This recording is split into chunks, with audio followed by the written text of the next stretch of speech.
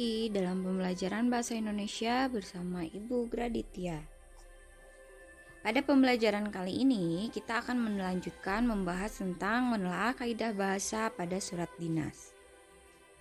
Ingat ya, bahasa yang digunakan dalam surat dinas adalah bahasa resmi.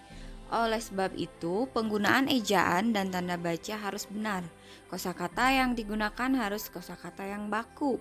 Kalimatnya harus efektif.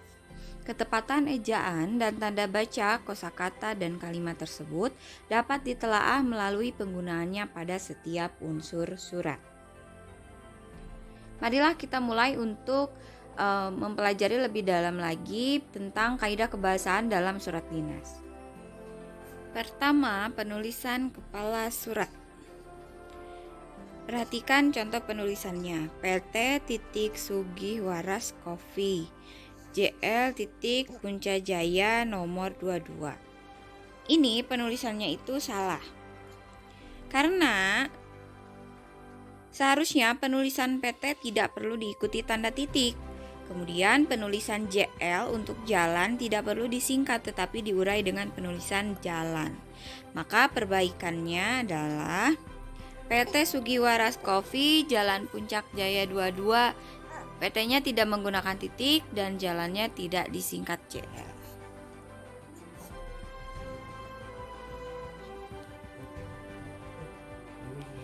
Yang kedua, penulisan tanggal surat.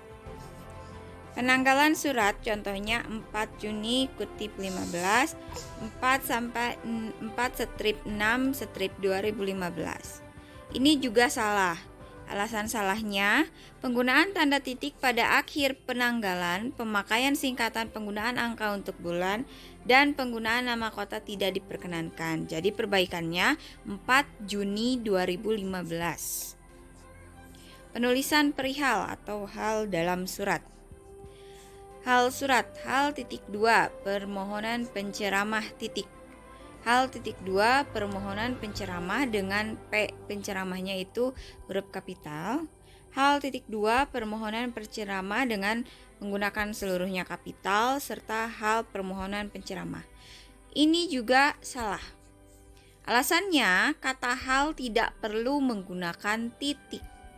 Jadi perbaikannya hal permohonan penceramah yang betul adalah perihal nomor 4. Keempat, penulisan lampiran surat.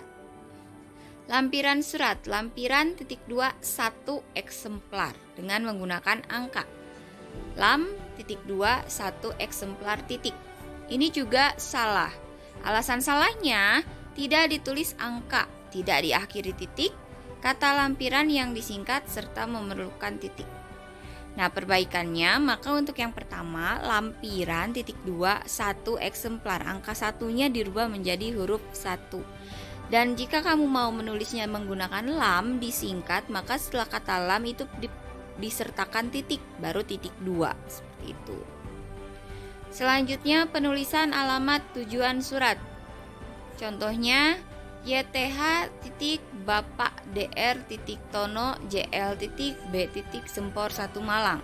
Yang kedua, YTH Bapak Direktur Jenderal Pajak Jalan Bintaro Utama Sektor 5 Bintaro Jaya Tangerang Selatan. Ini juga salah.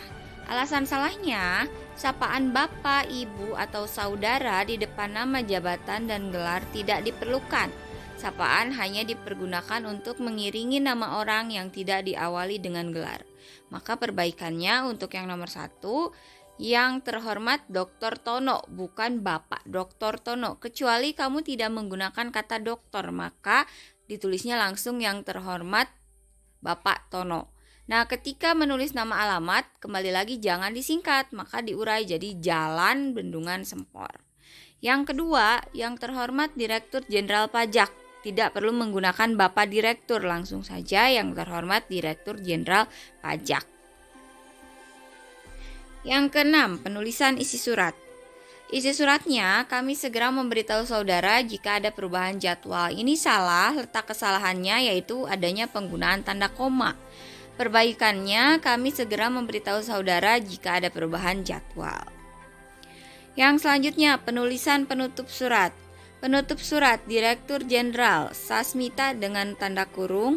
Yang kedua, atas nama Direktur Jenderal Dian Putri dengan menggunakan huruf kapital. Ini salah. Alasan salahnya, penulisan nama pejabat penandatangan surat seharusnya ditulis dengan huruf kapital pada setiap awal kata tanpa ada tanda lainnya, baik berupa garis bawah maupun tanda kurung. Maka perbaikannya untuk yang nomor 1, kata Sasmita tidak perlu menggunakan kurung, dan yang nomor 2, kata Dian Putri hanya huruf D dan huruf P-nya saja yang menggunakan kapital, serta penulisan atas nama bukan A garis miring N tapi A titik N titik. Yang selanjutnya penggunaan kata baku dan tidak baku. Ini bisa kalian lihat di EBI atau di Kamus Bahasa Indonesia ya. Terakhir, penggunaan kalimat efektif.